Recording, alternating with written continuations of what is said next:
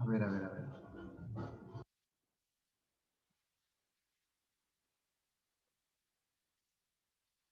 A ver, a ver, a ver.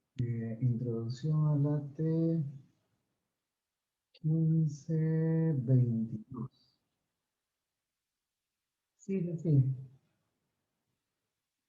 Sí, no, lo que pasa es que recién acabo de ingresar también yo. Por eso que no entraba. Ya. Ahí puede entrar. ¿Cómo se pide? Bautista. Ivy Bautista. Ah, ya, ya. Ok. Ajá. Y María de Isabela. Ya, pastor.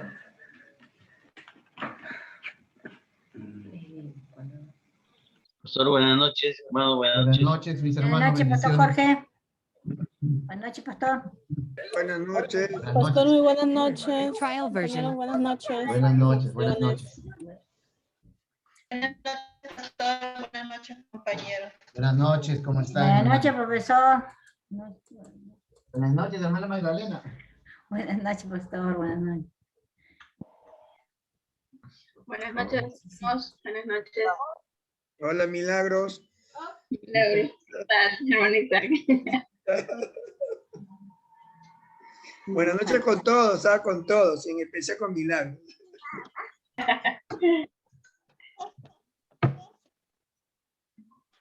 ¿Dónde está José? ¿Estamos solos? Creo que todavía no está el ahí está el profesor, ya llegó. Ahí está, pastor, ya llegó. ¿Introducción a la Biblia? Sí. Buenas noches a todos. Buenas noches, hermanos. Amén. Pastor. Pastor, buenas noches. Hermanos, Buenas noches. hermanos, Ah, estoy probando mi bendiciones, audio, por bendiciones. favor, me pudieran contestar si me escuchan. Felipe Rivera les saluda. Sí, le escuchamos. Mi Muy hermano, sí bien, le escuchamos. Rivera. Fuerte y Gracias, claro. gracias hermanito, Dios lo bendiga. Buenas noches, pastor. Buenas noches, hermanos. Buenas noches, hermano.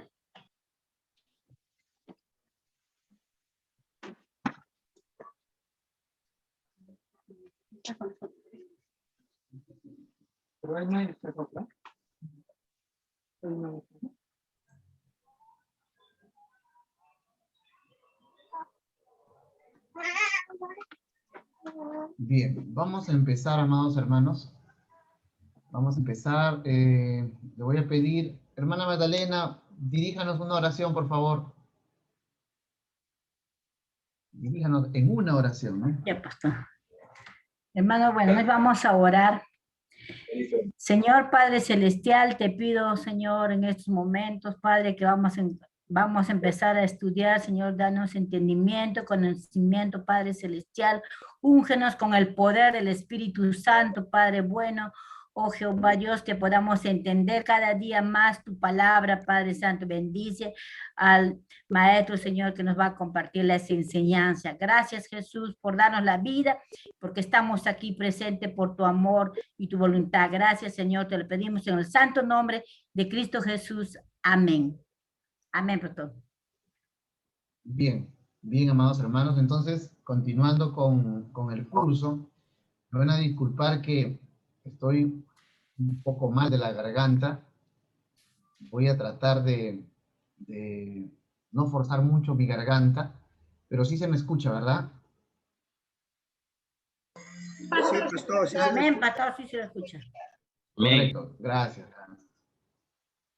Gracias. Entonces, continuando con el curso, estaba revisando algunos materiales y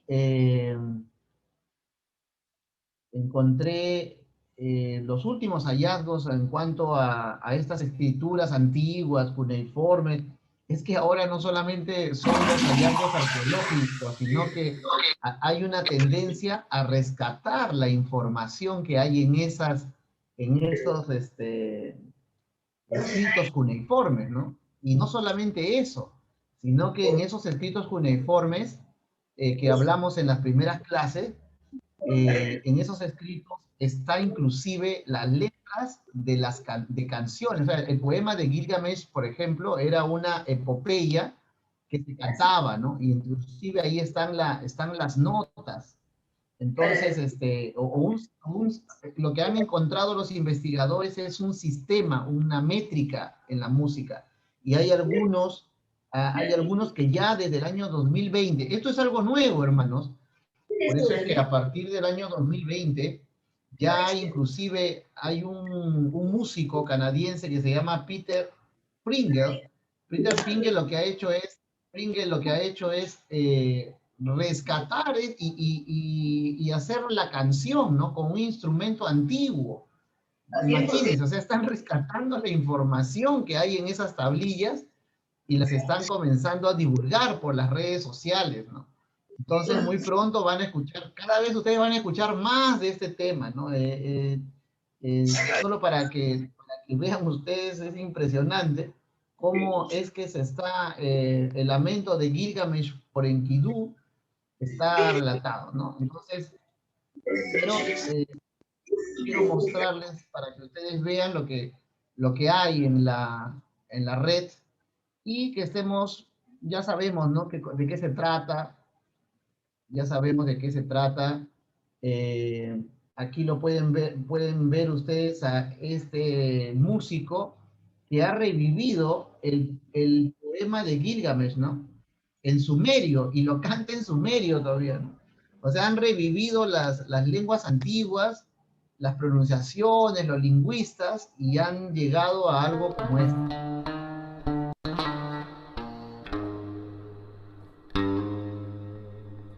Estos son profesionales, son científicos, son músicos. Servicio técnico. Son 35 años. El gitano en su Dana, ser feliz.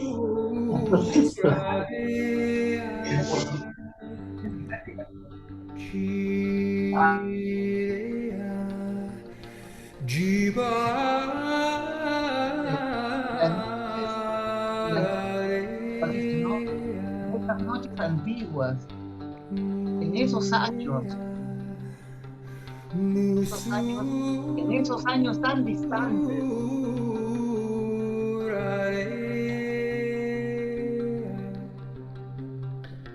en esos días tan antiguos, ¿no? Cuando todas las cosas fueron creadas, un tiempo antiguo, cuando todas las cosas se ubicaron en su lugar,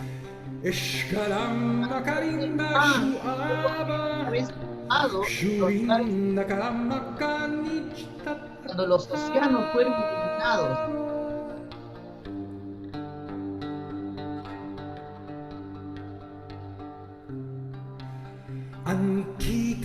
cuando los cielos y la tierra fueron separados,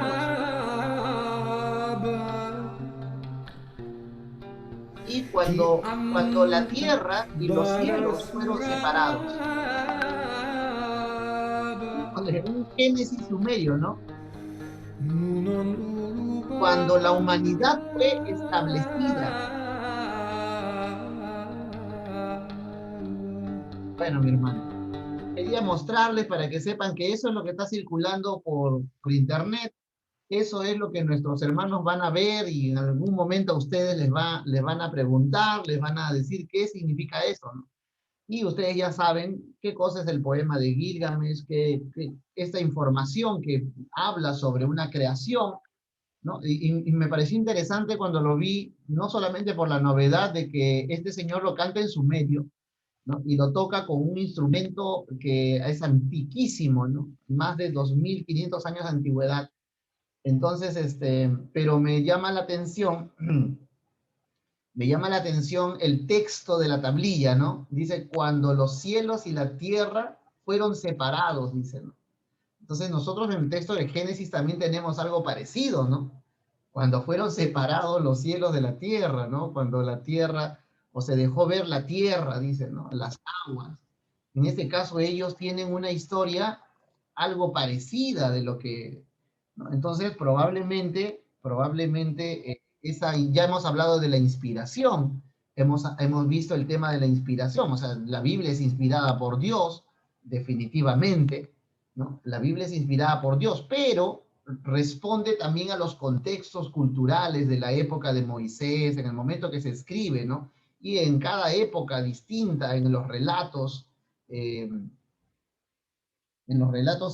se va recogiendo los contextos culturales del texto, ¿no? Entonces, mis amados hermanos, continuando, ya hemos visto la parte antigua, en los contextos, hemos visto la información que hay, que va a abundar mucho más, y hemos visto la inspiración, la revelación, ¿no? Cómo se revela Dios a través de su palabra. Y entonces vamos a entrar a la parte de la canonización, ¿no? De los textos más antiguos acerca del Antiguo Testamento, porque tenemos que delimitar nuestro estudio a lo que es el Antiguo Testamento, ¿no? Entonces voy a compartir con ustedes un PPT para poder introducirnos al tema del canon. Vamos a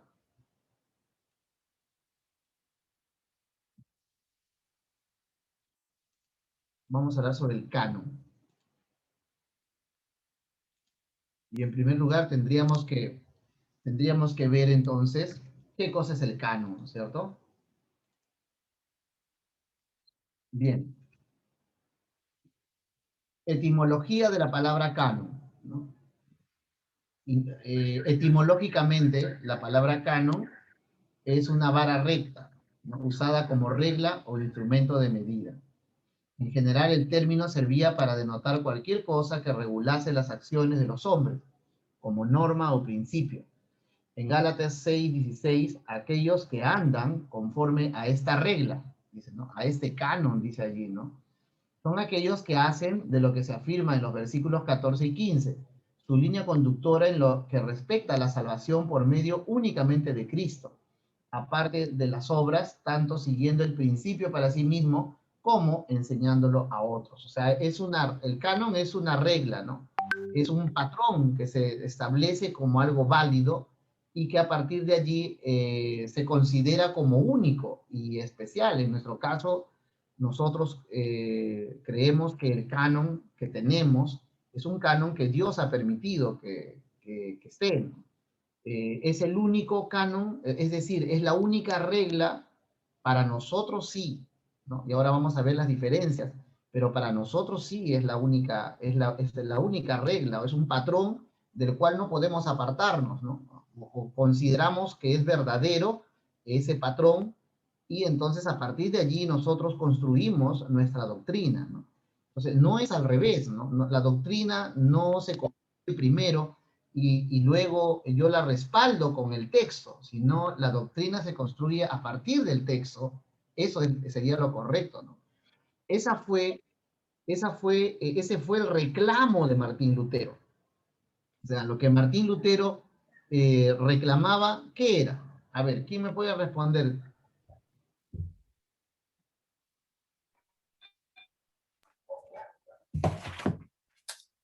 ¿Qué era lo que reclamaba Martín Lutero? ¿Qué era lo que reclamaron bueno, el primero, ¿no? El que plantea las tesis es Martín Lutero en el año 1517. Pero, ¿qué es lo que reclamaban ellos, los reformadores? Pastor, disculpe, Martín Lutero, Adelante. Felipe Rivera, buenas noches. Martín Lutero reclamaba varias cosas, pastor. Uno de ellos era que la Biblia se debería de interpretar, ¿no? El lector, bueno, tengo entendido algo así, y que la Biblia no debería de ser leído, estar escrito solamente en latín, sino en diferentes idiomas. Bueno, también, claro, efectivamente, Martín Lutero en realidad propuso 95 tesis, ¿no? Las 95 tesis de Martín Lutero, pero en referencia al canon, al modelo, al texto, a lo que estamos conversando, lo que Martín Lutero reclamaba es que la doctrina católica no estaba fundamentada en lo que decía la Escritura, ¿no? Entonces, para nosotros, eso es un elemento principal, ¿no? que nuestra doctrina debe responder a lo que está escrito, ¿no? Y por eso es que una de las tesis de Martín Lutero, ¿no?, era justamente esa necesaria, el seguir necesariamente el texto bíblico, y reclamaba contra las indulgencias, por ejemplo, denunciando ante el mundo que esas indulgencias no estaban dentro del canon bíblico, no estaban dentro de la regla que nosotros tenemos. Es decir, los libros que hemos escogido o que se escogieron en la iglesia, ¿no?, antigua, y que a partir de, vamos a ver allí los concilios donde se van discutiendo. Yo quiero que ustedes también allí entiendan esto. Dios está por sobre todas las cosas. Dios está moviendo absolutamente todos los acontecimientos.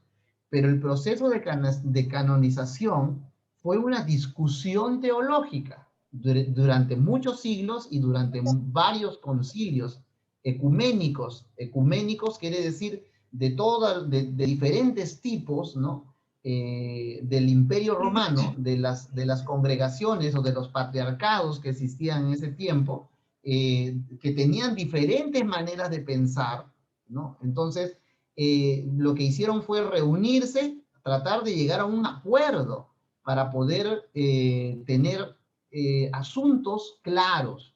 Porque, por ejemplo, había un grupo que señalaba que Jesús no era Dios, y había otro grupo, el grupo de Arrio, ¿no?, de este hombre que, ojo, que no estamos hablando de una persona que no era instruida, era un hombre instruido, era un líder religioso de primer nivel, ¿no?, pero cuya doctrina, ¿no?, las dos posiciones se discutieron en los concilios.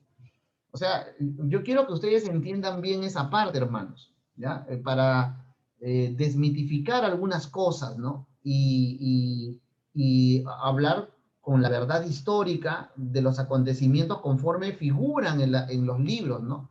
Entre ellos, uno de esos libros es el libro de Maray, que yo les he compartido y que ustedes lo tienen ahora, ¿no? Entonces, en los libros que hablan sobre la historia del canon, hablan específicamente que en esos concilios lo que hubieron fueron discusiones teológicas, ¿no? Y se discutieron teológicamente los que sostenían la divinidad de Jesús, los que hablaban acerca del aspecto trinitario del libro de Juan, ¿no? Entonces discutieron con el otro grupo, que no era menor, sino que era un gran grupo, sobre todo de las iglesias de Oriente, que venían de Constantinopla. Ese grupo sostenía pues que Jesús no era Dios, ¿no? Y eso duró durante muchos siglos hasta que finalmente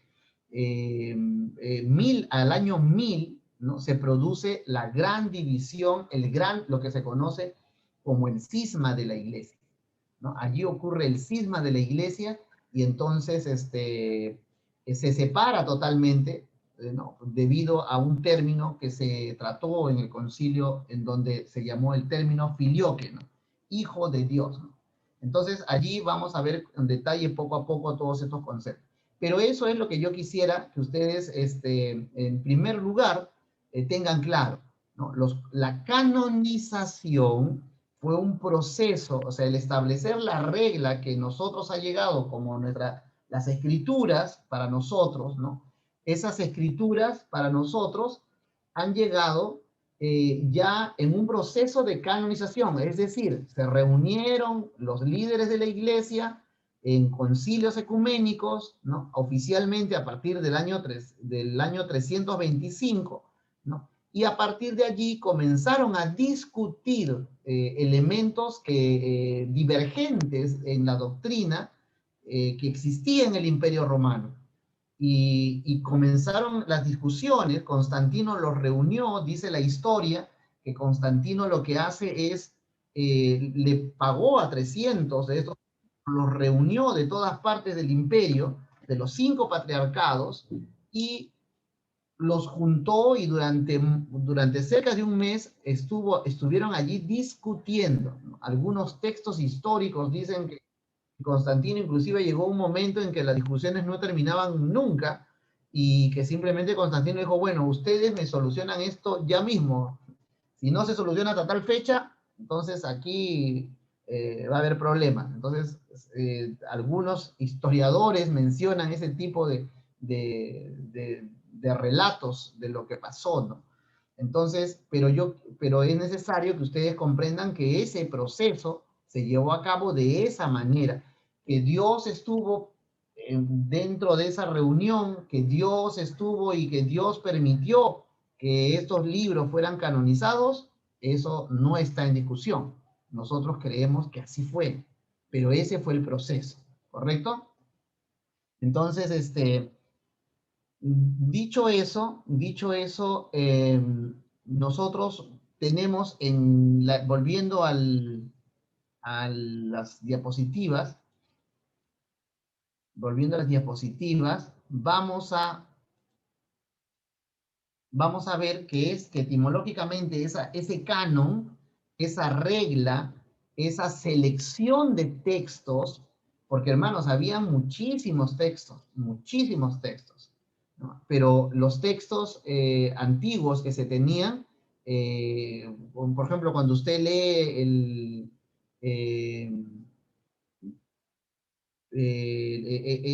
que me acuerdo en este momento bastante, para que tengan una idea, es el Evangelio de Judas, ¿no? O los textos antiguos, cuando nosotros vemos este tipo de textos, o leemos pues el libro de Enoch, refiriéndonos al Antiguo Testamento. Cuando nosotros vemos el libro de Enoch, por ejemplo, y leemos toda la estructura angelical, las disputas entre los ángeles, el fin de los tiempos de ese primer momento de la humanidad, ¿no? Entonces, nosotros vamos, para canonizar ese libro, para canonizarlo, entonces se reúnen un grupo de intelectuales, de teólogos, de líderes de la iglesia, y seleccionan, y dice, en el caso del libro de Enoch, por ejemplo, en el concilio, entre comillas, o en la reunión de Jamia, en el caso de la Biblia hebrea, el libro de Enoch no es considerado un libro canónico, por ejemplo, ¿no? Entonces, eso no sucede con la Septuaginta, ¿no? Y eso lo vamos a ver en una diapositiva, en la estructura de la Septuaginta. Entonces tenemos aquí, tiene varios sentidos. La regla Ovara sirve para medir la doctrina cristiana ortodoxa en oposición a la heterodoxia, ¿no? Las escrituras consideradas como norma de fe y conducta. Ese sentido lo usaron los padres de la iglesia. O sea, el canon se establece como una vara, pero son consideradas como normas de fe y conducta. O sea, el sentido de la canonización tienen por objetivo que el ser humano tenga una norma en su fe y en su manera de vivir, en su conducta, en la forma como enfrenta la vida. A eso se refiere. Ese principio de canon o ese enfoque canónico lo tuvieron los padres de la iglesia, por ejemplo, ¿no? Entonces, en la lista de libros es la lista de libros inspirados y revelados por Dios, ¿no? En ese sentido, un libro es canónico cuando es reconocido e incluido en la Biblia. Entonces, el libro canónico es aquel que ha sido reconocido y ha sido añadido a una biblioteca, que es lo que nosotros tenemos en realidad. Nosotros tenemos una biblioteca en nuestra Biblia. Una biblioteca en todo el sentido de la palabra. ¿Por qué? Porque tengo narrativa, tengo diferentes estilos literarios, ¿no? Estilos poéticos, narrativos. Tengo una serie, tengo también documentos proféticos, tengo documentos históricos. Tengo documentos históricos que a mí me permiten reproducir todo esos eventos históricos de manera cronológica, por ejemplo, ¿no? Y asociarlos con eventos de la historia universal. Entonces, lo que tenemos en las escrituras es, en realidad, una biblioteca, entre comillas, ¿no? Una biblioteca personal. ¿Qué es canonización entonces? ¿No? Es el acto de aceptar un libro dentro de las Sagradas Escrituras. Este término se comenzó a usar en el siglo II después de Cristo, en relación a las Escrituras. La palabra lo usa la Iglesia Católica Romana para referirse a la declaración de que un cristiano difunto es digno de veneración como santo, ¿no? Acá hay una acepción de la palabra canonización, ¿no? En el caso de es bueno que ustedes diferencien eso porque lo van a escuchar cuando conversen con algunos, con algunos, en la evangelización con católicos, ¿no? Entonces, porque en los católicos lo que hacen es canonizar, pero canonizan personas para que sean venerados como santos, ¿no? Los beatifican, los hacen beatos, hay un procedimiento de canonización, ¿no? Entonces, nosotros estamos ahora viendo la acepción canónica en cuanto a la selección de los libros, en este caso del Antiguo Testamento, ¿no? Como también, por supuesto, se extiende a los libros del Nuevo Testamento, ¿no? Entonces, todo ese proceso dice que comenzó a existir en el siglo II. Ahora, hay otro dato interesante acerca del canon, por ejemplo, del Antiguo Testamento. Flavio Josefo, cuando él escribe Antigüedades de los Judíos, Flavio Josefo dice, miren, en el primer siglo, porque él es del primer siglo, ¿no? Entonces, Flavio Josefo dice que los judíos ya tenían un canon de 22 libros. O sea que él reconoce que entre los judíos, ya se reconocía ciertos libros por encima del resto. Y eso es lo que después aparentemente se oficializa en el concilio de Yamnia o Yavne por parte de los líderes judíos que sobreviven a la masacre de lo que sucede en Jerusalén, del incendio del templo de Jerusalén, de la expulsión y la diáspora terrible que sufre en manos del Imperio Romano. Entonces son expulsados, pero ellos llegan a juntarse en esta ciudad cerca del año 135, en la ciudad de Yavne o Yamnia, ¿no? Y allí ellos delimitan su canon, ¿no? Entonces recogen muchas fuentes antiguas entre ellos y definen ya este es nuestro canon. ¿Qué es la Biblia hebrea, no? Es la Biblia que hemos mencionado en algún momento. ¿Cuál es la necesidad del canon? Era necesario tener la revelación de Dios por escrito. Son muchas razones para preservar el texto sagrado por escrito, ¿no? La muerte del escritor sagrado, la pérdida del texto por persecución o fuego, la adulteración del texto y el olvido de los hechos, ¿no? Entonces, por eso era necesario tenerlo ya por escrito y decir, bueno, estos libros son los que nos van a acompañar en nuestra fe, ¿no? Estos otros no. Estos son los que tienen cierta coherencia. Vamos a ver algunos principios para el establecimiento de ese canon, ¿no? Las normas para la canonización, ¿no? Reconocer y aceptar el libro como divinamente inspirado, ¿no? O sea, llegamos a la conclusión de que este libro es inspirado. Probar que el texto se conserva igual que el original a través del tiempo, ¿no? La genuinidad se llama. Entonces, tenemos nosotros vestigios antiguos que demuestran que este texto no ha tenido mayores variantes, ¿no? Ya les he explicado en algún momento, que las variantes textuales, por ejemplo, en el Nuevo Testamento, son 250.000 variantes textuales. En cambio, en el Antiguo Testamento casi no tenemos variantes textuales. O sea, el Antiguo Testamento realmente ha sido conservado, como Pablo dice, ¿no? A ellos, a los judíos, se les ha confiado la palabra de Dios, ¿no? O sea, se les ha pedido que la guarden. Y bueno, han cumplido porque en realidad su proceso de copias, ¿no? de los escribas judíos es bastante riguroso, ¿no? A la fecha, ese procedimiento es un procedimiento tan riguroso que se sigue haciendo a mano, ¿no? En pieles, así a la usanza antigua, con materiales para escribir, inclusive la tinta, una tinta especial que se saca de un nido de avispa, una cosa así espectacular, donde ellos explican, inclusive ya está en internet también esa información, está en internet cómo es que se prepara una Torá escrita en hebreo, ¿no? Y donde se guarda un riguroso sistema de copia para evitar las adulteraciones, evitar el que se transcribe otra cosa. Entonces, la genuinidad significa que yo tengo pruebas, ¿no? Tengo testimonios más antiguos que me dicen, pues, que este documento es original, ¿no? O se parece al original, porque los originales, amados hermanos, no existen, ¿no? Sino que se acercan al original. ¿Cómo sé eso? Porque tengo otros testigos antiguos que están escritos de la misma manera. Entonces digo, ok, entonces este texto es un texto válido, ¿no? Canonizable. O sea, que yo pueda, mientras que yo tenga eso, lo puedo canonizar. Pero si yo no tengo más testigos, no tengo otras fuentes en donde yo pueda verificar que estos versículos sean válidos, entonces el libro no me sirve, ¿no? Pero si yo los tengo, entonces es canonizable, lo puedo canonizar.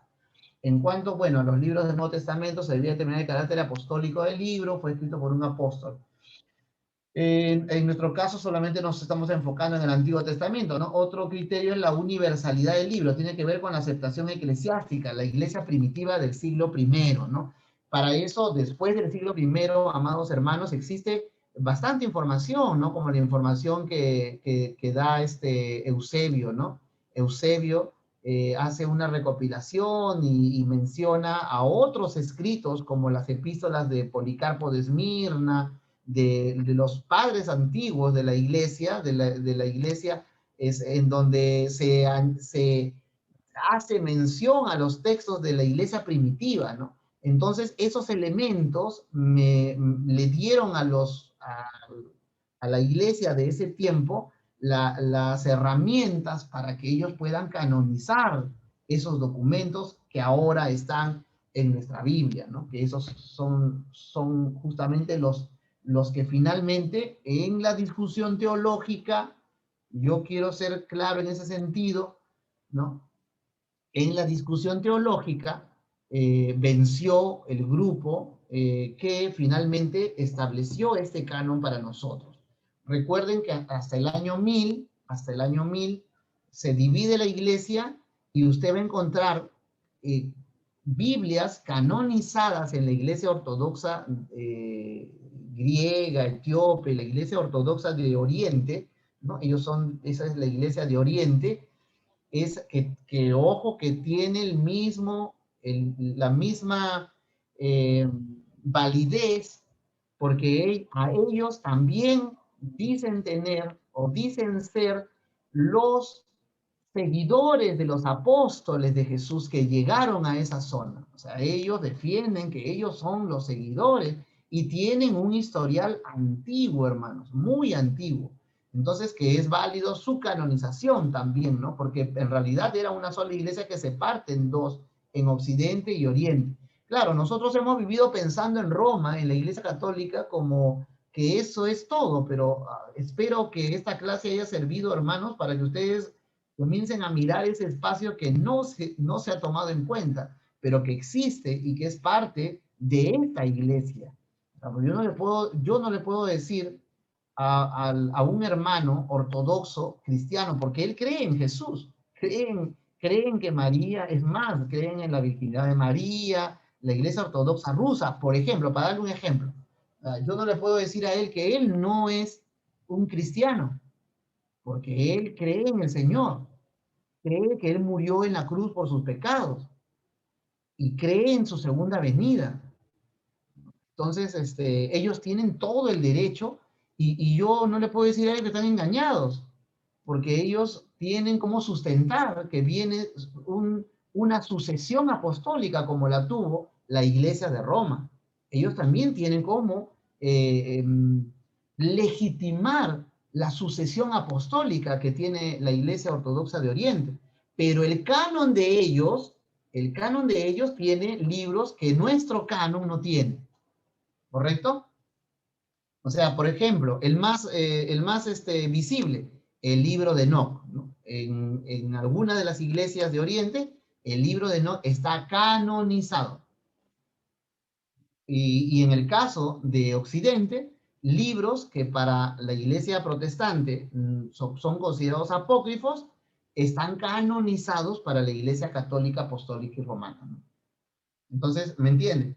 El proceso de canonización es un proceso de discusión teológica, ¿no? Entonces, yo, por supuesto, creo que Dios interviene, que está la intervención divina en y que a Dios no se le escapa nada, pero a Dios le plació permitir de que nosotros tengamos un canon y que ellos tengan otros canon, y que los católicos tengan un canon y que nosotros hayamos regresado al canon hebreo. ¿Correcto? ¿Se entiende? ¿Hasta aquí hay alguna pregunta?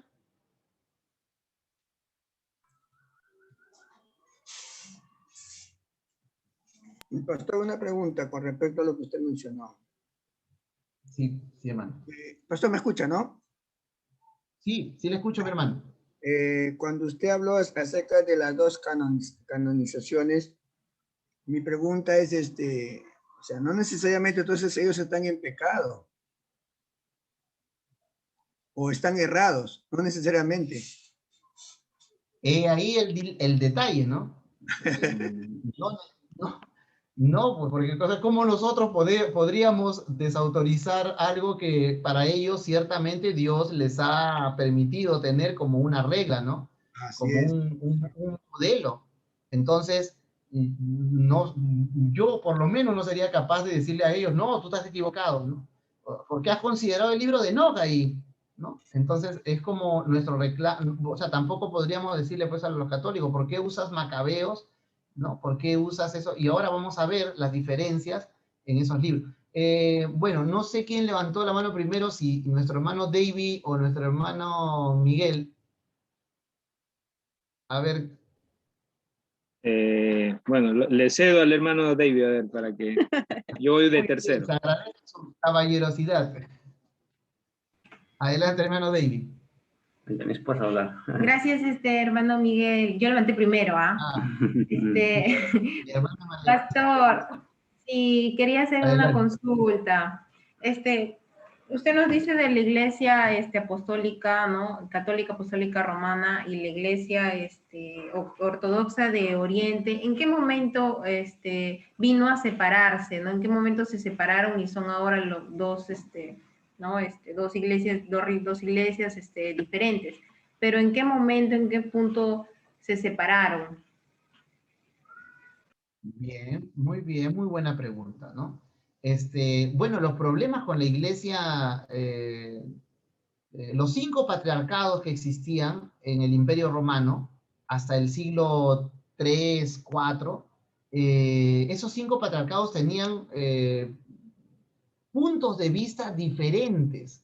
El punto de vista más fuerte y el enfrentamiento más grande que hubo en la iglesia primitiva fue para la canonización del texto bíblico, ¿no? En esa línea es la divinización de Jesús, por ejemplo. O sea, la discusión del Concilio de Nicea es la interpretación del texto bíblico en cuanto a la divinización de Jesús. ¿Cuándo se separa? De allí han ido, la historia relata acerca de los grandes enfrentamientos que ha habido entre Oriente y Occidente, ¿no? Porque los de Oriente, las culturas orientales, tenían una posición bastante marcada acerca de la unicidad de Dios, eran más unicitarios, ¿no? O unitaristas, como algunos le llaman. Entonces, no estaban asociados como en la iglesia de Occidente, que es lo que llevaba a nosotros. O sea, nosotros creemos que Jesús, pues, ¿no? Hay un versículo inclusive que habla de la encarnación, ¿no? Es Dios que se ha hecho carne, ¿no? Hasta ese punto, esa discusión empezó desde muy temprano, siguió hasta el año 500, el año 1000 específicamente, 1054 exactamente, en el año 1054 es cuando los de Oriente dicen, no vamos más. Los ambos patriarcas, el de Constantinopla y el de Roma, se excomulgan mutuamente. O sea, ambos se excomulgan. Yo te excomulgo a ti y tú me excomulgas a mí, ¿no? Una cosa así. Se pelean de esa manera, ¿no? Y entonces ellos y se autoproclaman como la iglesia de Cristo, ¿no? Entonces, Claro, nosotros no hemos sabido de eso porque nosotros estamos en este lado del planeta y a nosotros ha llegado una sola versión. Y por eso que para mí es importante que ustedes entiendan que no hay una sola versión. Hay una versión allá también en Oriente. Hay una iglesia en Oriente. Y esa iglesia es la que, es más, en el siglo XXI, y para darle paso a nuestro hermano Miguel o a la hermana Elizabeth, en el siglo XXI, usted tiene a Rusia, por ejemplo, a Vladimir Putin, ¿no? Que es un católico, ortodoxo, hermano, practicante. O sea, él es un cristiano practicante, Putin. Para mí fue sorprendente de hace un par de años saber esa información. Pero él es un practicante que está en contra de la moda del mundo satánica, del LGTB, del aborto y todo eso. O sea, Putin no va a aceptar, mientras que él viva, que esa doctrina penetre en Rusia, por ejemplo, por su condición de cristiano. Él es cristiano católico ortodoxo ruso, la Iglesia Católica Ortodoxa Rusa, o la Iglesia Ortodoxa Rusa, ¿entiendes? Y él cree que Jesús murió por nosotros en la cruz, él sabe que va a regresar, esto, pero fue en 1054, usted puede googlear y ahí va a encontrar, ¿no? Va a encontrar allí información, ¿no? Mi hermano Miguel. Sí, pastor, gracias. Buenas noches con todos. Me pareció interesante, pastor, un comentario que hizo que este canon eran debates ecuménicos. Entonces, me gustaría de repente que me pueda aclarar quiénes conformaban ese grupo ecuménico. ¿Es similar a lo que conocemos hoy, las reuniones ecuménicas de todas las religiones, o en ese contexto eran solo 2 o 3? Muy buena pregunta, ¿no? Muy buena pregunta. El ecumenismo que nosotros, ahora, el término ecuménico, ¿a quiénes abarca? Budistas, maometanos, cristianos, taoístas, sintoístas, etc. O sea, todo lo que ha hecho, ojo, que ha sucedido en nuestra época, lo que no se ha podido lograr en toda la historia del cristianismo. El Papa ha convocado a todos los líderes mundiales de todas las religiones del mundo y las ha reunido, ¿no? Eso también nosotros sabíamos que iba a pasar, ¿no es cierto? Nosotros ya se nos había advertido eso, ¿no? Que esta persona, ¿no? Este falso profeta iba a hacer eso, ¿correcto? Entonces, ese ecumenismo hace en el año 1000, ¿no? o específicamente en el año 325, en el concilio de Nicea, es ecuménico, pero cristiano, únicamente cristiano. Ecuménico, ¿no? Porque abarca todo lo que existía en ese momento, en ese tiempo, ¿no?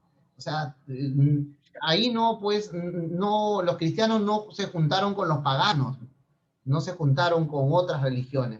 Esos concilios ecuménicos lo que trataron de hacer por mandato del emperador Constantino, lo que trataron de hacer es tener una religión unificada para el Imperio Romano. Por eso es que hay muchos historiadores que dicen pues que el cristianismo, nuestro cristianismo en la época del catolicismo romano, fue algo que le convenía a Constantino, ¿no? Que Constantino nunca fue cristiano. Ustedes van a escuchar y van a leer en algunos textos especulaciones. Pero por eso es que yo no puedo especular, hermanos, porque no sabemos lo que había en el corazón de Constantino. No existe ningún documento donde diga Constantino dé una muestra de que haya hecho esto solamente por querer hacerlo porque le convenía, ¿no? O sea, eso es una especulación. Lo cierto es que Constantino tiene su mamá, que es Santa Elena, la primera santa del santoral, valga la redundancia, católico, ¿no? O sea, de todos los santos que tiene la Iglesia Católica, la primera santa es la mamá de Constantino. O sea que Constantino venía de una madre que era cristiana, ¿no? Entonces él vivía en el paganismo, probablemente su mamá le habría hablado de Jesús, y la prueba más grande es que Constantino permite o termina con las persecuciones a los cristianos, para ser más exactos. Entonces permite el cristianismo interrumpiendo las persecuciones a los cristianos. Entonces, a partir de ahí, por eso es que lo que hace Constantino es el concilio ecuménico. El concilio ecuménico es, imagínense Constantino, ¿no? Vamos a ponerlo en nuestros términos. Constantino tenía un imperio, ¿no?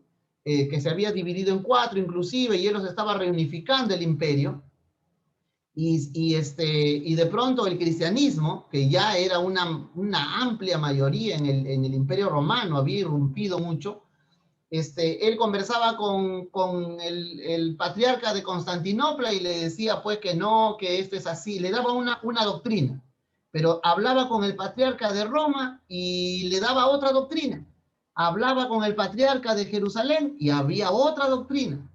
Entonces no se ponían de acuerdo.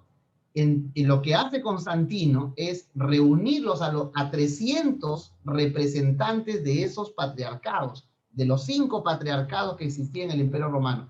Y en esos concilios, a partir del año 325, concilio de Nicea, y luego sigue el siguiente concilio, y así durante 4 concilios aproximadamente, es que se establece el canon, ¿no? Se dice, no, este libro hay una discusión, discuten teológicamente, o sea, los líderes, ¿no? que van, los patriarcas, son teólogos, son personas que han estudiado, que saben idiomas, que saben el hebreo, que saben el griego, o sea, hay evidencias de que son personas preparadas y que hacen una interpretación de la Biblia, y finalmente canonizan los libros que ellos consideran que tienen, como lo que acabamos de ver en la diapositiva, ¿no? Tienen un corte transversal, ¿no? Tienen una forma, no cambia en el tiempo. Además tienen los escritos de los patriarcas, ¿no? Que atestiguan que esos libros se leían entre la iglesia, desde la iglesia primitiva. Entonces allí empiezan a tomar esos elementos. Hermano David, adelante. Pastor, buenas noches. Disculpe, yo quisiera que, bueno, yo tenía entendido también que uno de los puntos del Concilio de Nicea fue por Marción, ¿no? Que él prácticamente organizó sus propios libros que iban a entrar en la Biblia, que él pretendía él usó algunos libros que le favorecían a él. Y quisiera saber también si eso llegó a este punto de la canonización, ¿no? de los libros, para que tengamos ya los libros que tenemos ahora, ¿no? Ahí básicamente quien en el concilio de Nicea, ¿no? Quien es el gran perdedor del concilio de Nicea es Arrio, ¿no? Arrio. O sea, Arrio es el que en el concilio de Nicea él sostiene, ¿no? Sus puntos de vista son refutados, ¿no? Entonces, en el concilio de Nicea, el gran perdedor fue Arrio. Entre las resoluciones, por ejemplo, del concilio de Nicea, miren, inclusive dice la historia, ¿no? Que Eusebio de Cesarea, o Cesarea, este historiador, ¿no? Que hace la primera historia eclesiástica, recoge todas estas historias que habían, ¿no? Dice que él tenía cierta simpatía por Arrio, dice. Pero se adhirió, o sea, Eusebio se adhiere a las decisiones del concilio, o sea, termina aceptando el credo niceno, ¿no? Entonces el concilio determina algo y Eusebio, a pesar que tenía simpatía por Arrio, él termina aceptando lo que decide el resto. Por eso es ecuménico. O sea, al final Arrio es desterrado, ¿no? Ahora, no solamente Arrio, hermanos. Ahí la historia está... Ahí, si uno entra a la parte histórica de este tema de la canonización, ¿no? Y de las discusiones, porque esto es parte de la canonización y las discusiones teológicas de la Trinidad, de la divinidad de Jesús, todo esto está dentro del canon que se va estableciendo poco a poco. Inclusive había un tal Theonas y Segundo, ¿no? Que eran, o sea, tenemos mucha información de ese tiempo en la historia. Entonces dice que ellos fueron desterrados a Liria y fueron excomulgados. O sea, ellos los excomulgaron. Pero ¿por qué los excomulgaron? Porque perdieron en la discusión teológica. O sea, no, la mayoría dijo, no, Arrio, estás equivocado. Él se plantó en lo suyo, dijo, no, yo no estoy de acuerdo. Finalmente, el concilio ecuménico, este concilio que reunía, entonces dijeron, no, Arrio. De repente, este grupo tiene una doctrina que se puede superar, digamos, algunas cosas, pero Arrio no. O sea, tú, Arrio, sí te has apartado totalmente. Y entonces, en el final del concilio, lo que se hace es excomulgar y desterrar a Arrio, a Theonas, a Segundo, ¿no? A los seguidores, a todo un grupo de seguidores de ellos, ¿no? Entonces, esa es la forma. El canon, nuestro canon, se hace en función de las discusiones teológicas en los concilios.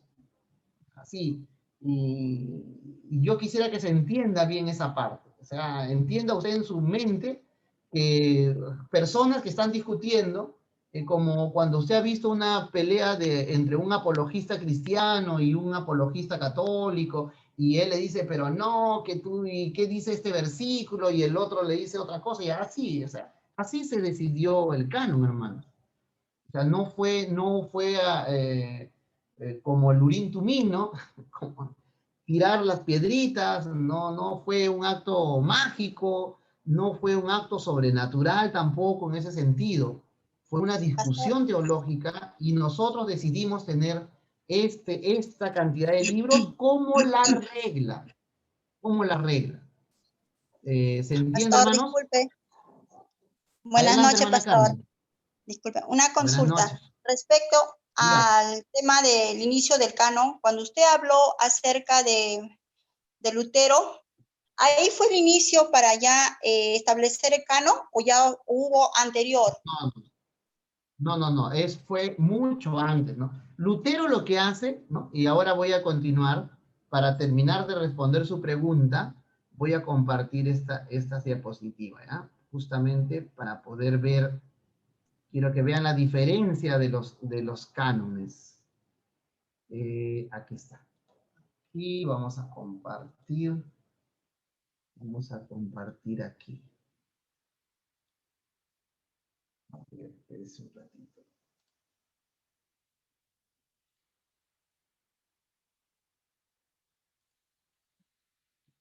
Vamos a compartir aquí mejor, ¿ya? Vamos a compartir aquí. Bien, entonces muy buena su pregunta. Su pregunta es si el canon es, la discusión del canon fue dada a partir de Lutero, ¿no? No es así, ¿no? Lutero hace un reclamo más bien de que la Iglesia Católica no estaba respetando lo que estaba escrito, sino que las doctrinas que se estaban llevando, como, por ejemplo, las indulgencias. Pastor, disculpe. Sabemos que en el tiempo de Lutero la iglesia era universal. Todavía no había la iglesia protestante. Sabemos que todavía ahí no ocurría el cisma. Entonces, lo que yo le quiero decir es usted, entonces todavía, por eso le digo, no había un canon establecido. O sea, todavía no había establecido, ni tampoco había ningún concilio, porque después vinieron los concilios, que yo sepa, ¿no? Y si hubo un ejemplo, ¿no? Si usted me dice de que comenzaron ahí la controversia, ¿por qué? Porque Lutero comenzó a leer la Biblia y se dio cuenta de las indulgencias que estaban haciendo con respecto a dar las ofrendas para que hagan, sabemos que estaban haciendo, ellos los romanos estaban haciendo con ese dinero el Coliseo romano. Ellos tenían un enfoque distinto, pero no estaban enfocados en la salvación. Ahí fue el problema. Entonces ahí fue que se apartó, que ellos hicieron su canon, se podía decir católico. ¿Ahí de ahí nace o ya hubo más antes? Disculpe, pastor, la pregunta. Bien, está bien, perfecto, hermana, perfecto. Está bien su pregunta, ¿no? Solamente que allí en el planteamiento de la pregunta, no hay una cronología histórica correcta. Es decir, en el tiempo de Lutero ya existía un canon, porque el canon se formó desde antes, ¿no? Desde mucho antes, se formó a partir de los primeros concilios, ¿no? Entonces, ahora, fíjese, voy a compartir, vamos a ver entonces esas diferencias en la canonización, las reglas que se usaron para la Septuaginta, por ejemplo, y la Biblia hebrea, y luego vamos a llegar hasta, cronológicamente, hasta Lutero. Vamos a ver un video donde usted va a tener toda la secuencia histórica para que tenga un poquito, para que tengamos claro cuál es esa secuencia histórica. ¿Le parece, hermana Carmen? Sí, pastor. Bien, entonces, miren, nosotros tenemos, voy a compartir aquí esta parte. Nosotros tenemos la Biblia hebrea. A ver, primero tenemos de los escritos antiguos, ¿no? De los escritos antiguos, ya en el año 250, el Antiguo Testamento es traducido en una versión que se llama la Septuaginta. Esta versión se llama la Septuaginta. Dice, cuando los judíos emigraron a otros lugares, dejaron de hablar el hebreo de manera cotidiana porque estaban en la diáspora. Y el hebreo solo se usaba con fines cúlticos, ¿no? El griego era el nuevo idioma. Como ya habíamos hablado, el griego era el inglés de su época, ¿no? El griego era el idioma universal de aquella época. A pesar de que era el latín el idioma oficial del Imperio Romano, el griego era el idioma universal, ¿no? Entonces, igual como sucede en nuestro tiempo, o sea, uno se va a China, si habla inglés y hay un chino que habla inglés, usted se va a comunicar. Igual se va a cualquier parte del mundo y si hay un escocés que habla inglés, entonces usted se va a comunicar con ese escocés en inglés, ¿no? Así era el griego. Por eso pidieron la traducción de las escrituras hebreas al griego, la Septuaginta. Esa es la famosa Septuaginta, es la primera traducción, digamos, oficial que se hace de la Biblia hebrea a otro idioma, en este caso al griego de esa época, ¿no? Luego viene, bueno, el Antiguo Testamento. Los libros del Antiguo Testamento fueron escritos por lo menos por 30 autores diferentes en un periodo que abarca por lo menos 1000 años, ¿no? Moisés escribió el Pentateuco entre el 1450 al 1400 antes de Cristo. Malaquías, el último de los libros del Antiguo Testamento, fue escrito 400 años antes de Cristo aproximadamente, ¿no? Bueno, de Génesis a Malaquías hay un periodo de cerca de 1450 años, ¿no? Entre 1300 a 1450 años. La tradición es un elemento importante en la formación del texto del Antiguo Testamento, ¿no? Hay una tradición. La cosa que se entrega, que se transmite, una enseñanza de una persona a otra, puede ser oral o puede ser escrita, ¿no? Pero nosotros tenemos una transmisión que se da de generación en generación en el tiempo de Jesús del Antiguo Testamento o la Biblia hebrea, ¿no? Ya les había mencionado que Flavio Josefo da luces de que esto era así, porque dice Flavio Josefo que ya existía un canon de los judíos al primer siglo. O sea, en la época de Jesús ya había un canon de la Biblia hebrea entre los judíos, ¿no? Entre los judíos ya había un canon allí. Ahora, dice, la tradición es un elemento. Entonces habla de transmitir una enseñanza de una persona a otra, puede ser oral o puede ser escrita. Entonces en Deuteronomio encontramos un tipo de ejemplo, en Deuteronomio 6:7, la instrucción oral es explicar lo que está escrito. En Deuteronomio 6:9, la instrucción es totalmente escrita, ¿no? Y Moisés dice además algo interesante, que es lo que para mí es una ley, ¿no? Una base de toda la discusión en el tema del Antiguo Testamento en relación a nuestros hermanos ortodoxos judíos. O sea, Moisés dice, yo dejo esto por escrito.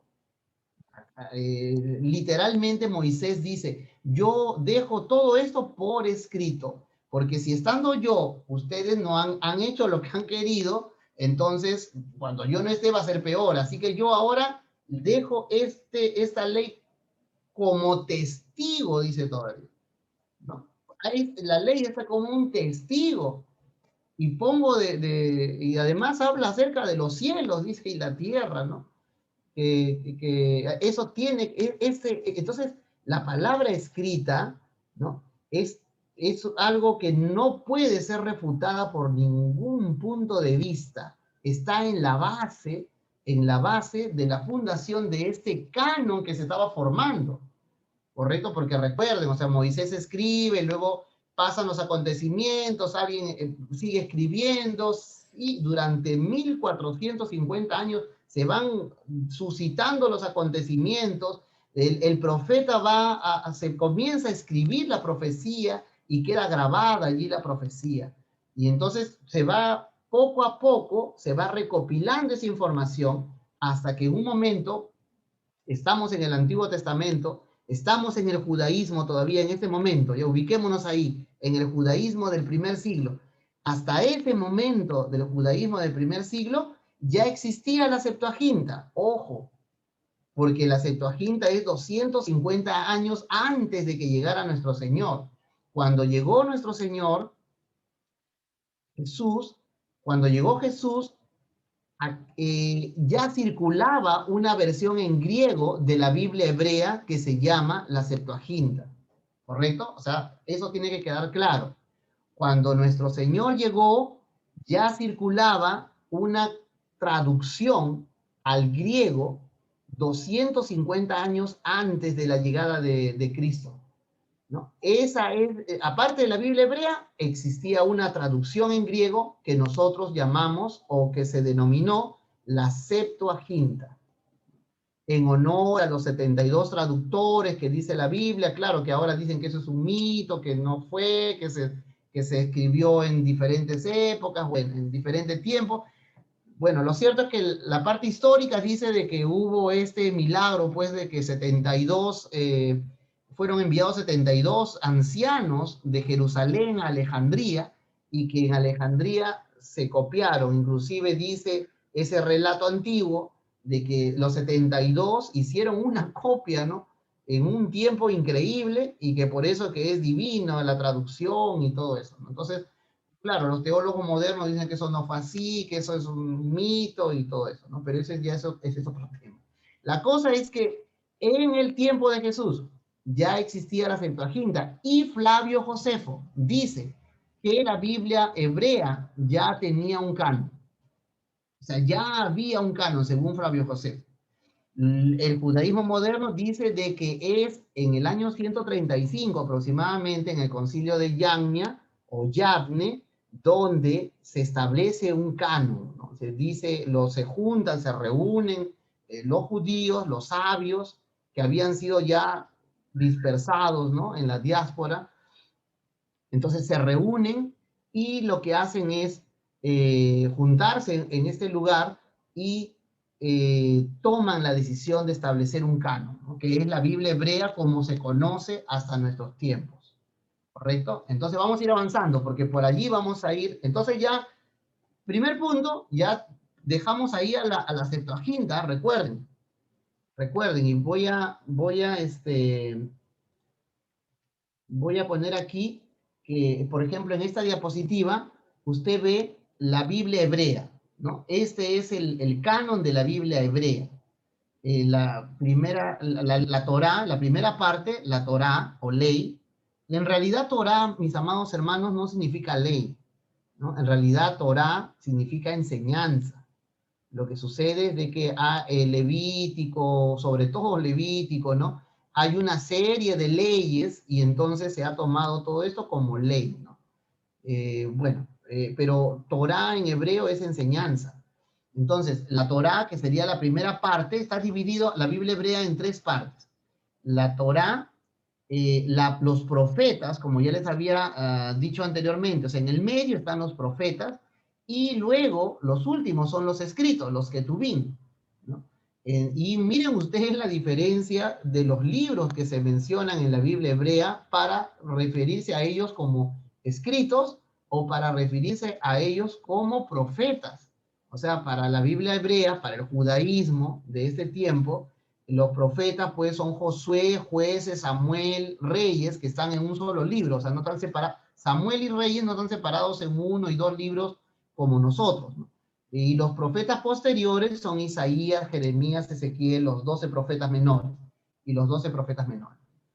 Luego están los escritos, que son los salmos, los proverbios, Job, ¿no? El cantar de los cantares, Ruth, Lamentaciones, Eclesiastés, Esther. Los históricos son Daniel, Esdras, Nehemías, Crónicas, en un solo libro, ¿no?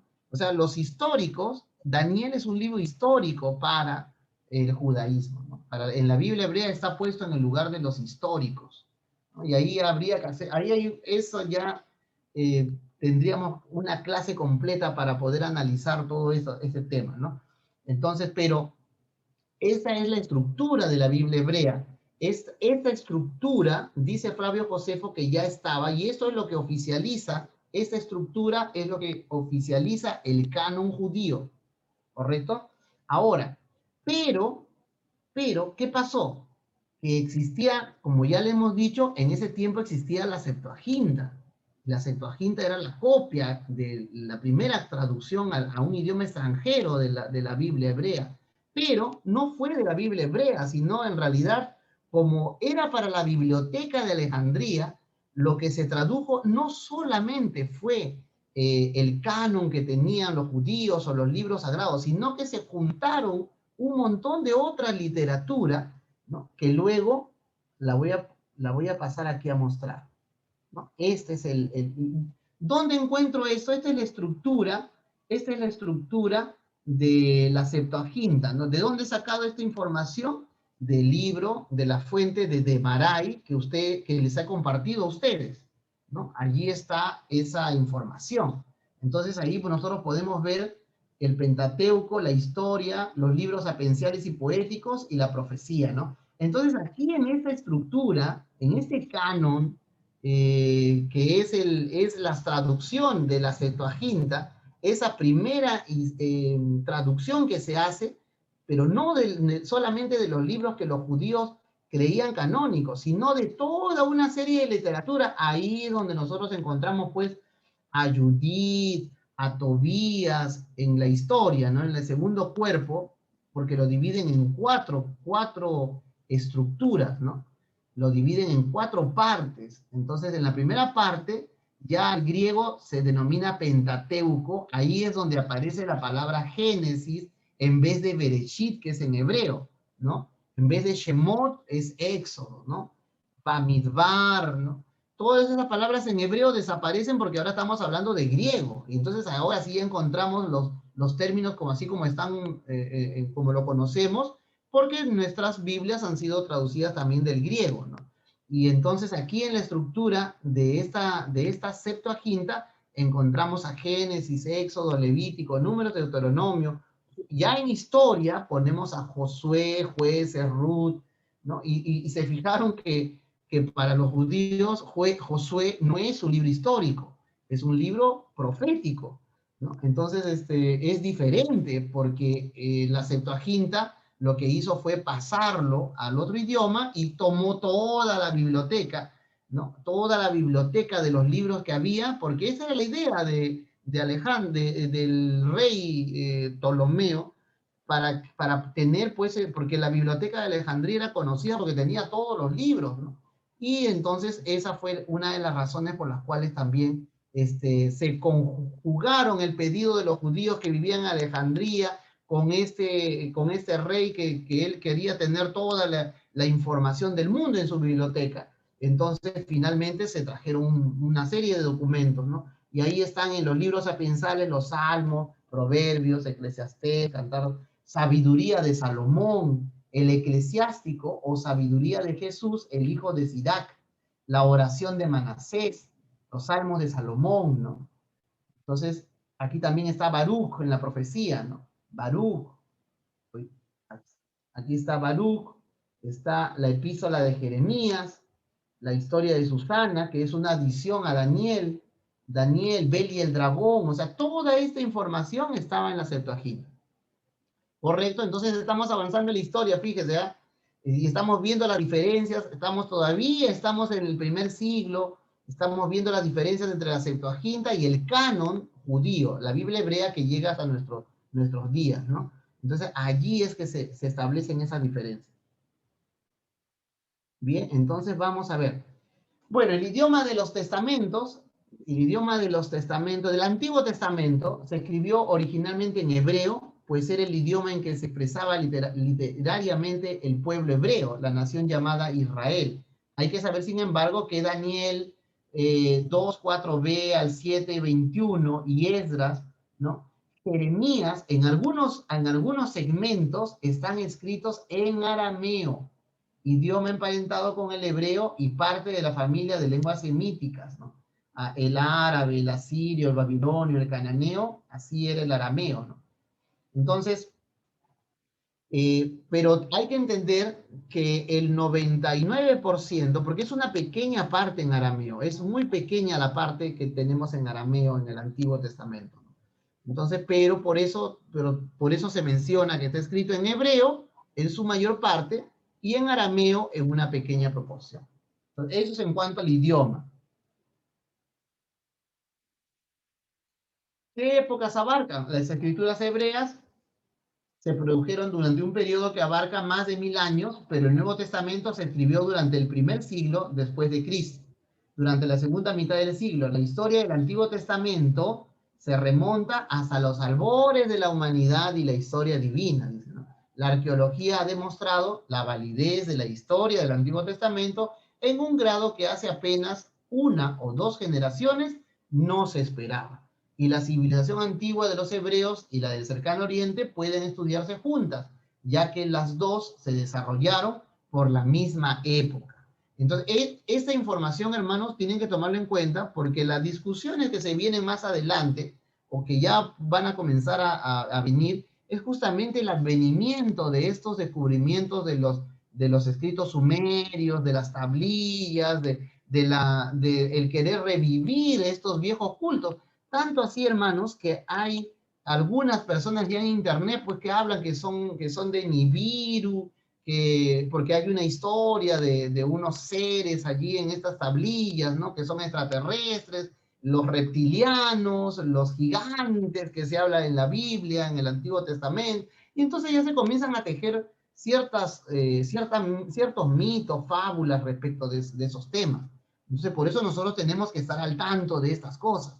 Y tenemos que seguir, apenas hemos abierto una pequeña puerta, hermanos, o sea, no va a alcanzar el tiempo, ¿no? Por razones de tiempo no podemos seguir abriendo más este conocimiento, pero yo espero que ustedes sigan investigando sobre este tema, ¿no? Para que tengan claro absolutamente el contexto cultural de las escrituras hebreas, que eso es lo más importante, y que eso van a ser las preguntas que ustedes les van a hacer en sus respectivas iglesias. Va a haber muchos hermanos que le van a preguntar.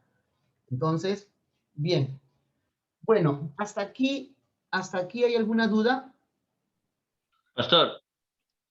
Adelante. Pastor, hermano, buenas noches.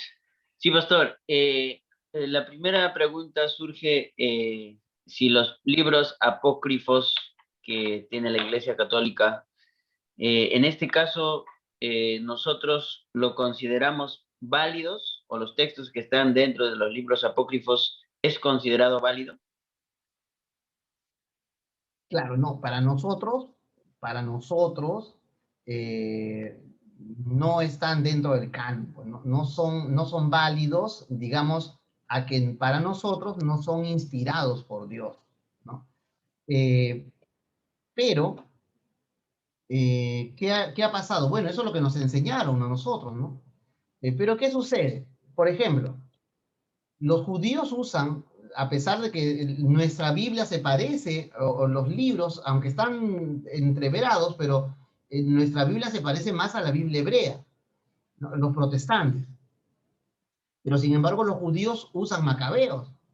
Los judíos sí tienen el uso histórico del libro de los macabeos. O sea, si uno quiere comprender lo que pasó en ese espacio donde nosotros a veces decimos ese silencio bíblico de los 400 años de Malaquías, ¿no? porque Malaquías se escribe aproximadamente 400 años antes de la llegada de Cristo. Entonces dice, ya, ¿pero qué pasó en esos 400 años? Bueno, está en el libro de Macabeos.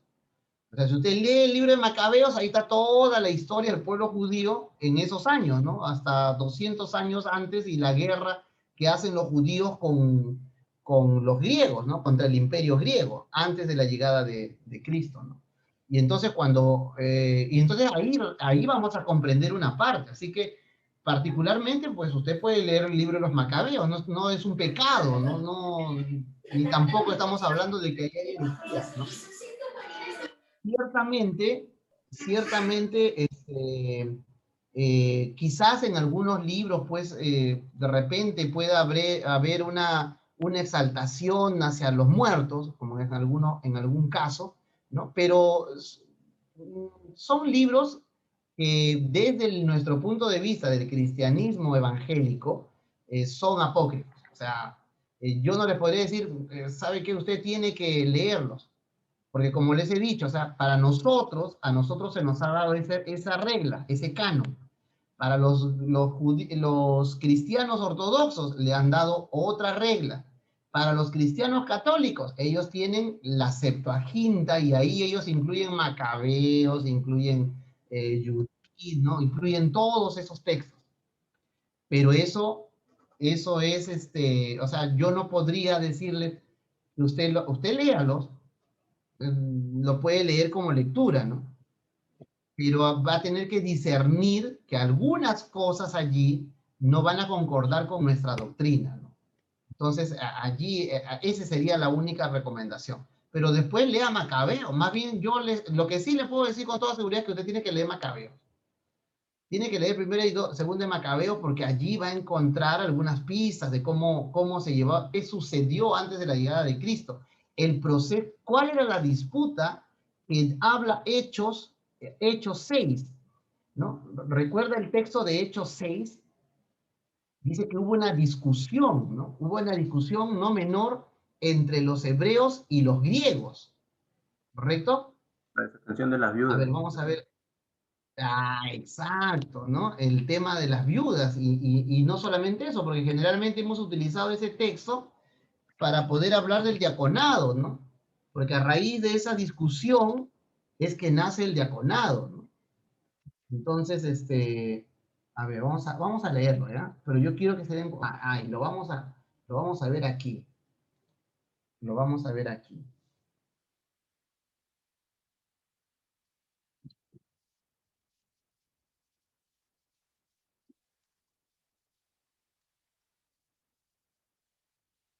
Ya aquí se ha tocado este tema. A ver, vamos a ver.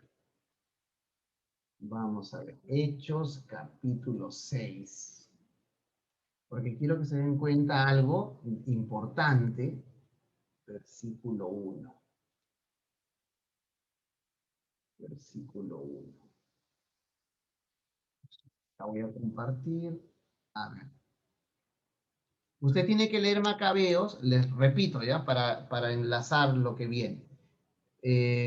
Usted tiene que leer Macabeos, porque en Macabeos usted va a saber lo que era un helenistes, ¿no? ¿Qué cosas eran los helenistas? Lo que se ha traducido, lo que ustedes tienen a la mano es el texto en griego. Entonces, de Hebreos 6, Hechos, capítulo 6, versículo 1, ¿no? Ahí dice, aumentando, bueno, eso está interlineal, ¿no? En esos días aumentaba el número de los discípulos, dice acá, ¿no? Acá dice aprendedores, ¿no? Porque está macetón, ¿no? Entonces es aprender, como la raíz es aprender, si lo traducimos de manera directa sería aprendedores, ¿no? Pero son los discípulos, ¿no? Los seguidores. Llegó a ser murmuración, dice, de los helenistón, dice acá, ¿no? Pero la raíz de esa palabra helenistón es helenistes. ¿Y qué eran los helenistes? Eran los helenistas. ¿Y qué eran los helenistas? No es hablando de griegos. O sea, cuando usted lee aquí, usted no tiene que entender de que eran unos griegos, que estaban los hebreos con unos griegos del país de Grecia, ¿no? O sea, no es el gentilicio de Grecia, ¿no? El gentilicio, me refiero a que Perú, peruanos, Ecuador, ecuatorianos, Grecia, griegos. Entonces, cuando han traducido, han puesto, había un problema entre los griegos y los hebreos, ¿no? Pero no eran griegos, eran helenistas. Y usted va a saber que eran los helenistas cuando lea Macabeos, porque los helenistas ahí aparecen. O sea, son aquellos judíos que ya no querían ni ir al templo, ya se vestían como romanos a la usanza griega, ¿no? O sea, al estilo griego, pero eran ciudadanos romanos, ya no querían circuncidar a sus hijos, ya no leían la Torá, ¿no? Ellos leían pues a otros autores, filósofos griegos, ¿no? Ya leían pues a Aristóteles, a Platón, ¿no? Ya sus conversaciones no eran pues de Moisés, ni de Josué, ni mencionaban a los salmos, ¿no? Ellos hablaban de gran Aristóteles, de Platón, ¿no? Entonces hablaban de la filosofía. Eso era un helenista, y se vestían como griegos, ¿no? O romanos. Entonces la pelea que hubo aquí era una pelea de estos helenistas, ¿no? Estas personas que eran alienadas, ¿no? Pero eran judíos, pero simplemente no querían ya las cosas, la cultura de sus padres. Esa pelea se dio. Pero yo voy a entender esa dimensión si leo Macabeos, porque ahí voy a ver toda esa discusión y por qué fue la gran pelea que tienen los macabeos contra el imperio griego, y principalmente por la defensa del templo de Jerusalén. Por eso es que cuando Esteban habla en contra, Esteban hace todo un monólogo y dice cosas que le cuestan pues la vida, ¿no? Entonces, porque él lo que dice es acerca del templo, habla como un helenista, ¿no? Y al hablar como un helenista, revive lo que está en Macabeos, ¿no? Está esa guerra que los judíos tienen contra la cultura griega, ¿no? Y entonces es lapidado. Entonces, allí hay esa parte, por ejemplo, no se ha tomado en cuenta porque no se tiene conocimiento de esta expresión helenista. ¿Qué es un helenista? ¿Se da cuenta? Entonces, esas cositas son las que nosotros tenemos que rescatar para poder ver en su verdadera dimensión lo que dice el texto bíblico, de qué está hablando, ¿no? Entonces, ¿se entendió? O sea, usted puede leer, mi amado hermano, usted puede leerlo, ¿no? Y tiene que discernir aquellas cosas que corresponden a nuestra doctrina, ¿no? Porque también va a haber un texto, pues, hay un texto, que no recuerdo en este momento el libro, hay un texto en donde habla, pues, acerca de los muertos, ¿no? Claro, para un católico, por eso es que ellos tienen ciertas creencias que para nosotros son inaceptables. ¿Por qué? Porque están en esos libros. O sea, en esos libros hay justamente esas fuentes para que ellos crean esas cosas. ¿Me entiendes? Y para nosotros, como cristianos evangélicos, serían inaceptables. Entonces, ¿me entiende? Esa es la razón. Ahora, recuerde, estamos ahí para poder, porque ahora va a haber un video que es la tarea que ustedes tienen en la plataforma. Va a haber un video que es de las sociedades bíblicas, donde vamos a ver todo el recuento de manera cronológica de la canonización del texto, de los diferentes textos que se han venido sucediendo, ¿ya? Y luego vamos a ver el tema de la canonización ya propiamente dicha, pero con esa visión general me voy a poder ubicar en el tiempo, ¿no? Para poder tener algo más claro en el tiempo. A ver, vamos a poner aquí.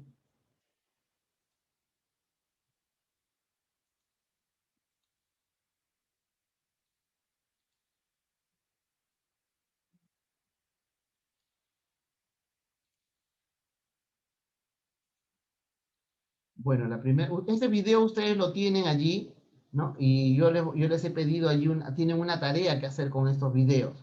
Así que vamos a ver los dos videos. Vamos a ver estos dos videos. La primera parte es una propaganda para las sociedades bíblicas del Perú.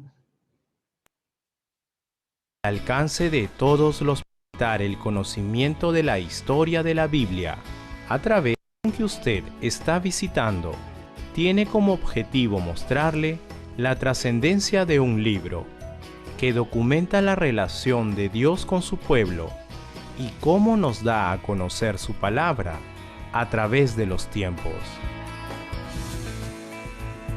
Desde el principio, el hombre buscó medios para comunicarse a través de expresiones gráficas, y podemos encontrar indicios en el libro de Génesis.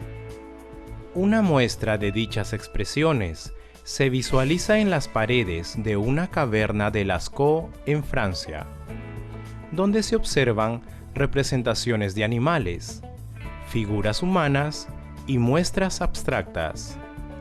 Un ejemplo más cercano son los petroglifos de toro muerto, ubicados en el Valle de Majes, Arequipa, los cuales representan figuras de animales, plantas, seres antropomorfos y formas geométricas. Poco a poco, el hombre pasa de expresiones gráficas a los primeros sistemas de escritura, evolución que da como resultado la representación de objetos por medio de dibujos simplificados. El desarrollo más importante de los primeros sistemas de escritura fue el alfabeto, ya que representaba los sonidos básicos usados para construir sílabas. Han sobrevivido muchas inscripciones antiguas, breves o fragmentarias, hechas sobre todo tipo de material. Los alfabetos usados para escribir fenicio, arameo y hebreo solo representaban consonantes, a diferencia del alfabeto griego, que además representaba vocales, el cual es el antecedente directo de los alfabetos usados en la actualidad. Civilizaciones antiguas como Egipto desarrollaron un sistema de escritura conocido como jeroglífica, nombre dado por encontrarse en las paredes de los templos y tumbas. Los aspirantes a escribas eran equipados con planchas de piedra o madera para practicar en ellas. Solo cuando dominaban la ejecución de 700 jeroglíficos estaban aptos para escribir en papiros. El papiro abundaba en el valle del Nilo, creciendo en zonas pantanosas. La hoja preparada con la fibra del papiro es la forma más antigua del papel.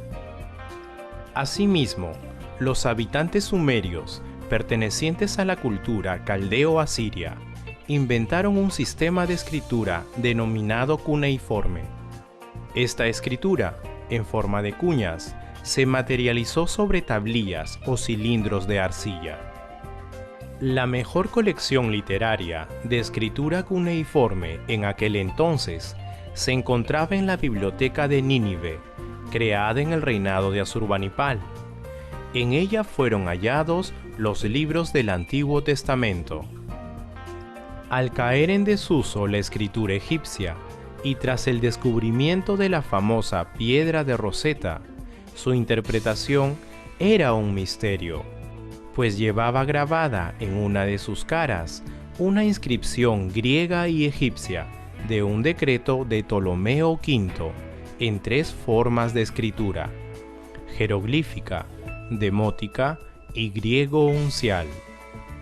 En 1822, el joven francés Jean-François Champollion logra descifrar y explicar el contenido de estos textos, por lo cual es considerado el padre de la egiptología. Hallazgos importantes evidenciaron los progresos en la expresión de ideas asociadas, como el poema de Gilgamesh, que muestra el relato del diluvio en escritura cuneiforme y es considerado como la narración escrita más antigua de la historia. La inscripción hebrea monumental más larga encontrada hasta nuestros días es la piedra moabita, que relata un episodio de la guerra entre Moab e Israel. La estela de Merentah contiene la referencia extrabíblica más antigua a Israel que se conoce hasta hoy. La evolución de la escritura permitió que la Biblia sea escrita por diversos autores y en distintas lenguas a lo largo de varios siglos. Durante la Antigüedad y la Edad Media, los libros eran verdaderos tesoros que muy pocas personas podían tener. Con el tiempo, la tarea paciente de escribir copias a mano de la Biblia y traducciones pasó a realizarse en los monasterios de las órdenes religiosas. Esta tarea fue sustituida por uno de los grandes triunfos de la civilización occidental, la imprenta. En 1455, el alemán Johannes Gutenberg produjo el primer libro impreso en Europa con tipos móviles, hileras de letras de metal que podían ser reutilizadas. El primer libro impreso por Gutenberg fue la Biblia en latín. Este invento posibilitó la reproducción y rápida difusión de la Biblia en el mundo, y en consecuencia, su traducción a diversos idiomas. Las primeras traducciones de la Biblia fueron realizadas con autorización de la Iglesia, como la traducción de la Biblia en hebreo y griego a latín por Jerónimo de Estridón, también conocida con el nombre de Vulgata. En 1517 se publicó la famosa Biblia Políglota Complutense, en latín, hebreo, arameo y griego, cuyo gestor fue el cardenal Francisco Jiménez de Cisneros, quien se había propuesto reformar la Iglesia en España, para lo cual creó la Universidad de Alcalá, dedicada al estudio y traducción de la Biblia.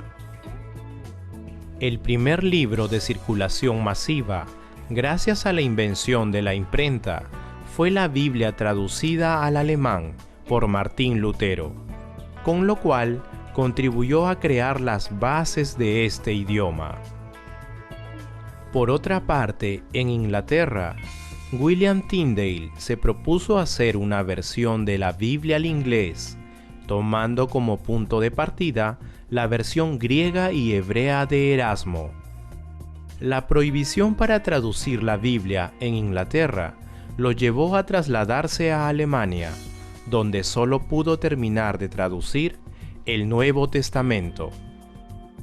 La primera traducción de la Biblia al castellano, vertida directamente de los textos originales en hebreo y griego, es conocida como la Biblia del Oso.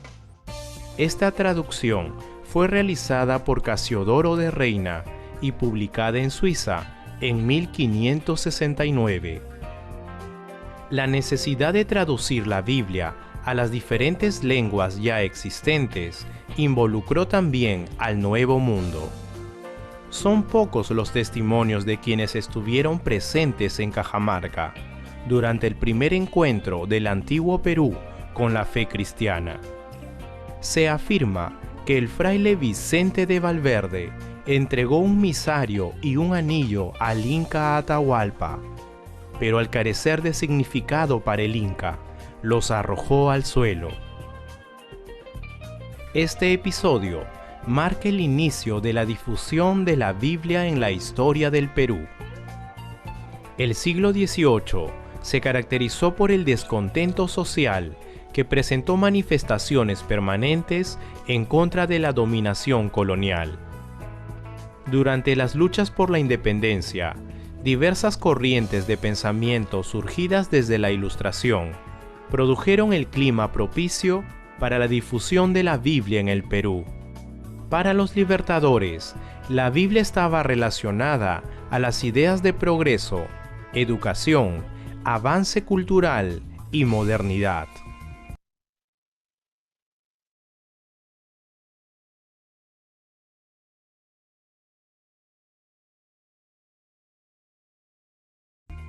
La traducción bíblica de la época moderna y su difusión en América del Sur tiene como precursor a Diego Thompson, quien en 1822 fue llamado por don José de San Martín para instalar un nuevo sistema educativo en el Perú. Para Thompson, un sistema de educación centrado en la Biblia era la pieza clave para el avance de cualquier pueblo. Ya en el Perú, logra reunir un equipo para traducir el Nuevo Testamento al quechua, tarea que culmina en 1824. Thompson confía el manuscrito final a un compatriota para publicarlo posteriormente en el Perú, pero el manuscrito se perdió y actualmente se encuentra en el Museo Británico de Londres. Después de las luchas emancipadoras, el Perú atraviesa una etapa de crisis en todos los aspectos, incluyendo a la Iglesia. La presencia de la comunidad inglesa como aliada en la lucha pacifista permitió la entrada del protestantismo en el Perú. No podemos mencionar a la Biblia dentro de la historia del Perú sin resaltar la presencia de los representantes de las Sociedades Bíblicas Unidas. Un caso relevante fue el de Francisco Pensotti, colportor y pastor metodista que pasó 9 meses preso en la fortaleza del Real Felipe, porque de acuerdo a la legislación de aquella época, no le era permitido vender la Biblia ni predicar en público. El antecedente para la creación de las Sociedades Bíblicas Unidas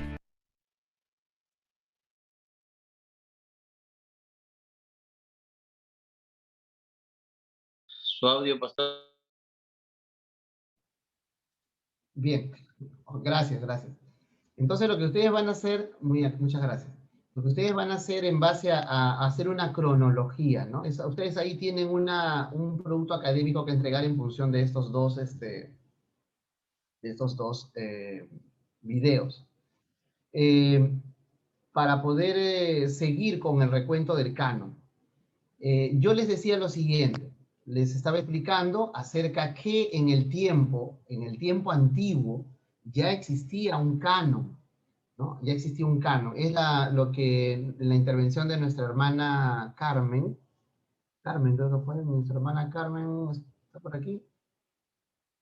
En esa explicación, en la pregunta que ella hace, en cuanto a partir de Lutero, ¿no? Antes existía, la historia es así. Vamos a abordar el canon que existía. O sea, ya existía un canon desde, inclusive el primer texto que se usa como canon es la Septuaginta, ¿no? Entonces, los primeros libros, el primer texto, digamos, que probablemente Jesús y los discípulos hayan utilizado, según algunos teólogos, aunque yo particularmente pienso que ellos usaban más bien el canon del que habla Flavio Josefo, ¿no? Lo que tenían los judíos, sus torás, ¿no? Entonces ellos usaban ese canon que habla Josefo. O sea, para el primer siglo, en relación a la Biblia hebrea, ya existía un canon. Y luego se oficializa después. Pero además de ese canon, existían hay otros indicios de que la iglesia tenía un canon. Por ejemplo, hasta hace un momento, también se mencionó a Marción, ¿no? O sea, no todos los cristianos aprobaron el uso de las escrituras judías. En el caso de Marción, por ejemplo, Marción rechazó la Biblia hebrea. Y él presionó para la aceptación de lo que iba a formar parte del Nuevo Testamento en el canon cristiano. ¿Esto cuándo fue? En el año 140. Entonces, él fue expulsado. Fíjate que estamos en el segundo siglo, ¿eh? Y ya se tenía un grupo de libros. O sea, el canon del Antiguo Testamento, el canon cristiano, ya estaba establecido desde los primeros, ha ido variando a través del tiempo. Ha habido discusiones, como en el caso de Marción, ¿no? Entonces Marción tenía una posición, por eso yo les hablaba de los concilios. El canon se ha ido formando a través de varios concilios. Eusebio también relata acerca de una colección de un obispo del segundo siglo que se llama Melitón de Sardes, ¿no? Entonces, la lista que hace Melitón está fechada en el año 170. O sea, imagínense, ya para el segundo siglo ya hay una lista, o sea, ya hay un canon que se va usando en el imperio, ¿no? Hay un grupo de libros que están siendo usados por la iglesia. Pastor. Pero sin embargo, Pastor, disculpe, otra consultita. Sí, adelante. Usted nos acaba de mostrar el canon de la Septuaginta, que ya forma parte del canon primero de los judíos. Nos mostró, acabamos de verlo, donde están los macabeos, está Tobit. Entonces quiere decir que ese canon ha pasado por el nuevo filtro para el otro canon. Eso es lo que usted nos quiere decir. Porque ya no están en el canon, se podría decir bíblico cristiano, sino ese canon ha quedado ha formado parte del canon católico, algunos libros históricos que están ahí, ¿no? Ha pasado un filtro, Exacto. Eso es lo que yo tengo entendido. Así es, ¿Correcto? ese filtro, así es. Y eso pasa, hermana, en el año 1530 y tantos, en el concilio de Trento, 1545 o 48. En el año 1548, específicamente, es que en el concilio de Trento ya se define el canon de la Iglesia Católica. Y allí en ese filtro de la Septuaginta, ¿no? Es que se dejan algunos textos o se incorporan otros y finalmente se tiene lo que hoy conocemos como la Biblia Católica ya oficial después de todos los filtros. O sea, pero siempre hubo un canon. O sea, desde el primer siglo, la Biblia hebrea, sobre todo el Antiguo Testamento, ya ellos tenían un canon, ¿no? Flavio Josefo lo dice. Y luego, segundo siglo, también. Marción también propone un canon. Eusebio dice que hay a Sardes, ¿no? Lo expone a él porque Sardes hace una lista de libros. Y así, o sea, a través de toda la historia, la iglesia va filtrando, como vamos a usar el término que usted está proponiendo, ¿no? O sea, digamos que es como una especie de filtro que va pasando, la iglesia se va reuniendo, va tomando las fuentes más antiguas, dice, bueno, este libro no creemos que sea conveniente, ¿no? En el caso de Eusebio, por ejemplo, como le decía, acerca de Sardes, de Melitón de Sardes, entonces él tenía su lista, dice, pero no enumera el libro de Esther o los apócrifos, excepto posiblemente el libro de sabiduría.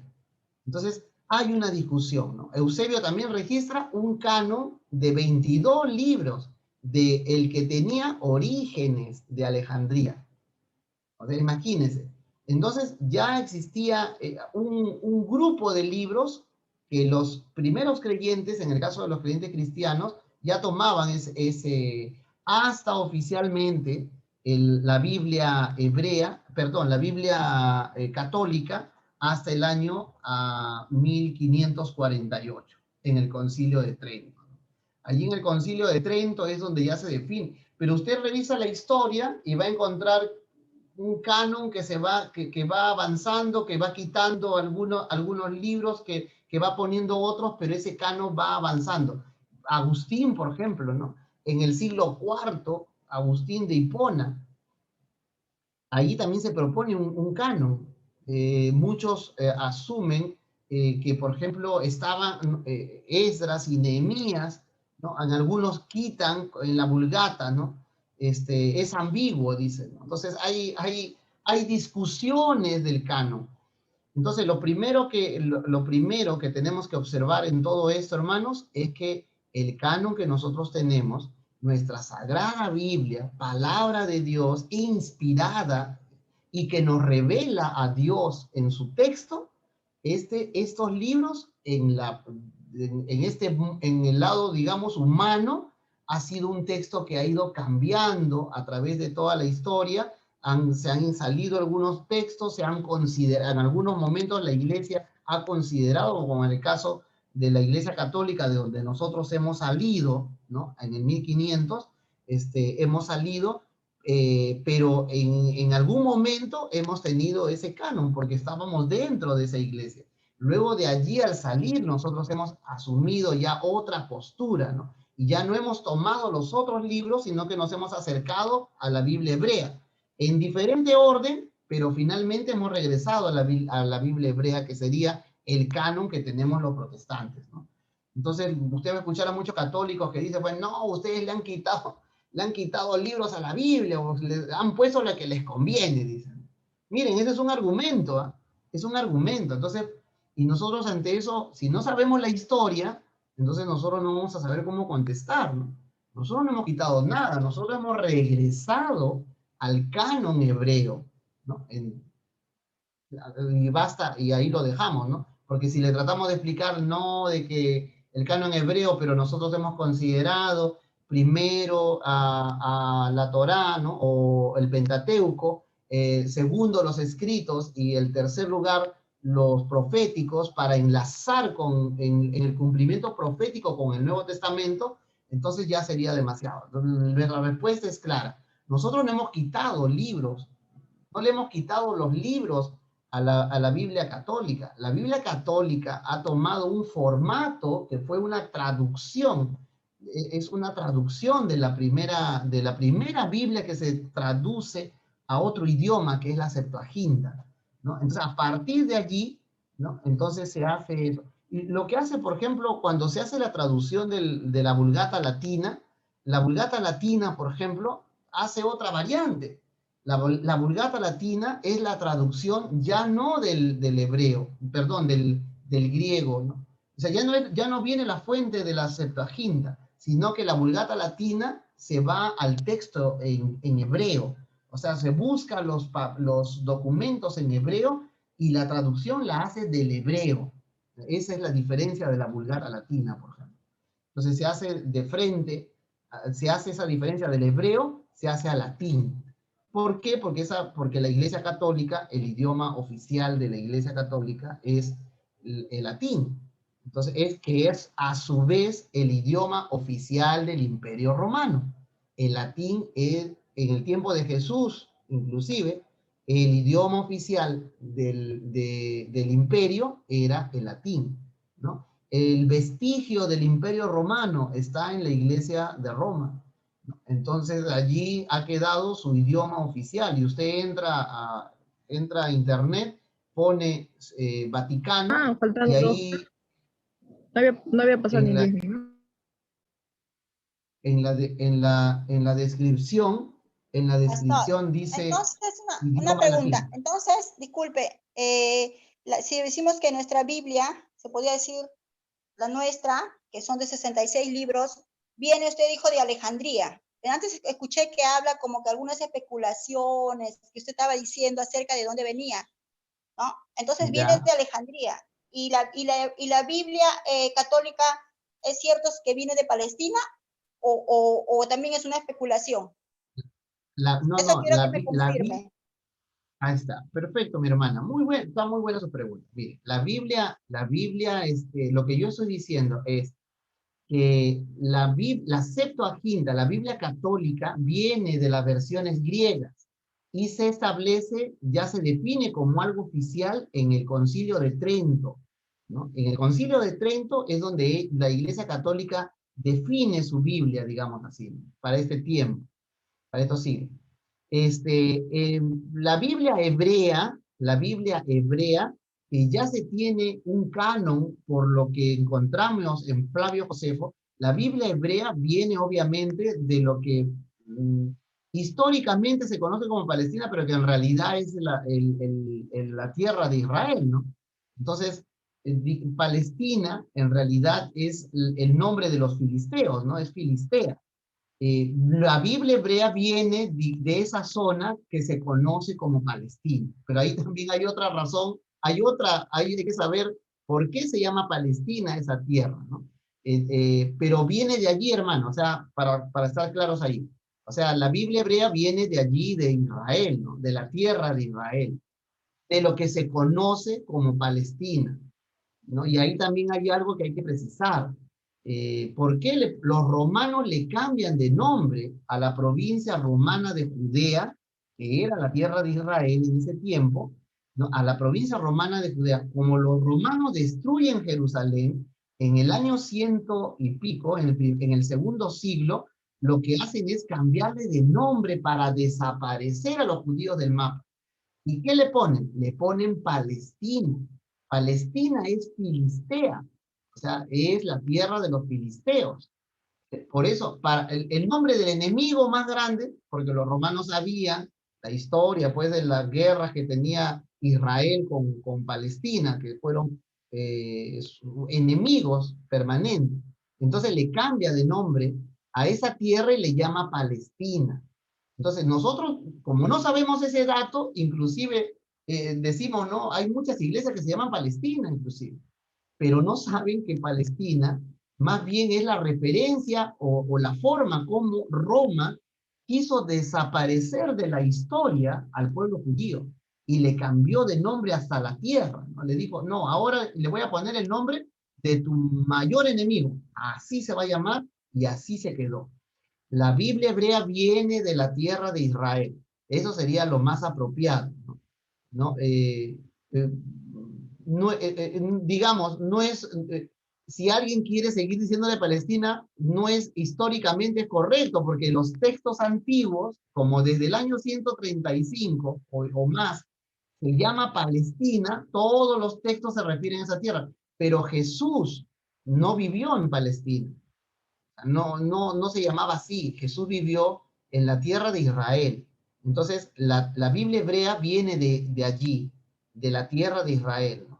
de lo que ahora es Israel, del pueblo judío. Y más bien, la Biblia católica viene como base fundamental, tiene como base fundamental todos los textos, o la mayoría, con algunas depuraciones, de la Septuaginta, de la traducción griega. Ese es el texto, ¿no?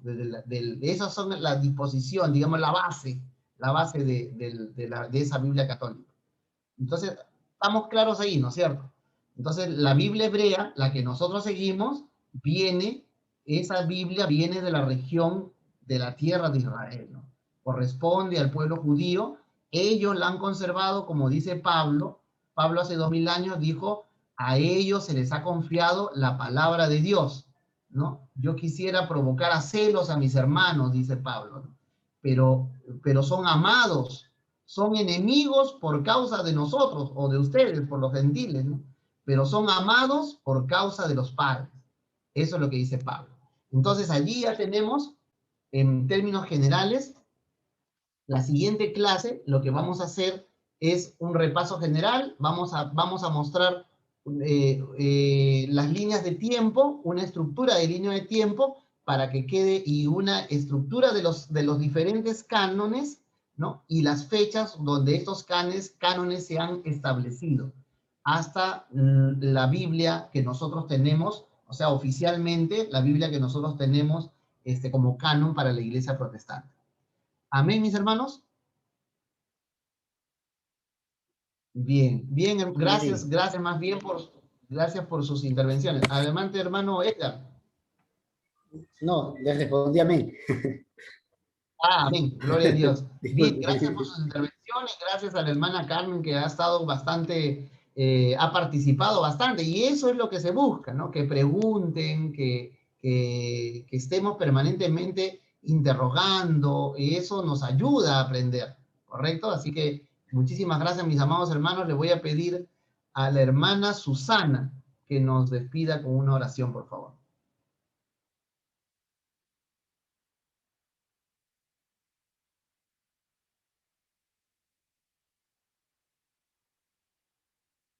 Hermana, creo que no me ha escuchado la hermana. Creo que me escuchó. Sí, a ver, entonces creo que tiene problemas con su audio. La hermana Dominga, a ver, Dominga Flores. Hermana Dominga, despídanos con una oración, por favor. Amén, pastor. Gracias, pastor, por las enseñanzas, ¿no? Amén, hermanos. Vamos a orar en esta noche, agradecer al Señor por las enseñanzas que nos ha dado por medio de su siervo. Gracias, Señor Jesús, por esta noche, amado Padre Celestial. Te damos muchas gracias, amado, porque tú nos has hablado, Señor Jesús, de las Biblias, Señor, amado Padre Celestial. Te pedimos, Señor, que nos des entendimiento, sabiduría, Señor, para poder, también el poder de, Señor, de discernirnos, Señor, para poder grabarnos, amado Padre Celestial. También discierne a tu siervo, Señor Jesús. Ayúdalo, bendícelo, amado Padre. Como también bendice a todos mis hermanos que están presentes acá, amado Señor Jesús. Como el único deseo que estamos prepararnos para conocer más, Señor, y poder servirte mejor como tú te mereces, amado Celestial. Gracias, amado Cristo, en el nombre de bendito Jesús. Amén, amén, amén, pastor. Bien, mis amados hermanos, que el Señor les bendiga. Ahí tienen una tarea para desarrollar hasta el próximo lunes. Dios le bendiga, pastor. Bendiciones, Dios le bendiga, pastor. Saludos a tu casa. Bendiciones, pastor. Bendiciones, pastor. Dios le bendiga, pastor. Dios le bendiga, Bendiciones, bendiciones, hermanos. Bendiciones, pastor. Dios le bendiga a Bendiciones, todos. pastor, bendiciones. Bendiciones, pastor. Bendiciones, pastor. Dios le bendiga. Bendiciones, pastor y hermanos. Bendiciones. Bendiciones, bendiciones.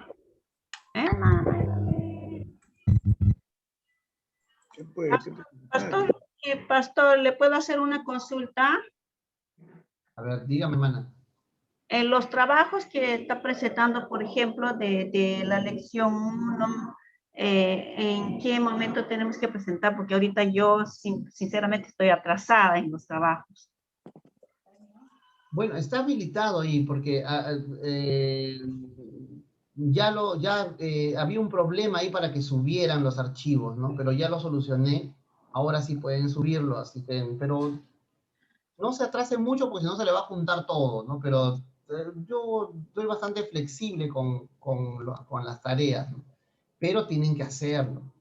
Entonces, mientras más se retrasan, se le va a juntar con la otra y va a ser más complicado, ¿no? Así que haga un esfuerzo de ir avanzando lo más que pueda. Ya, pastor, muchas gracias. Bendiciones, pastor. Bendiciones. Bendiciones. Nos vemos, hermanos. Que el Señor les bendiga.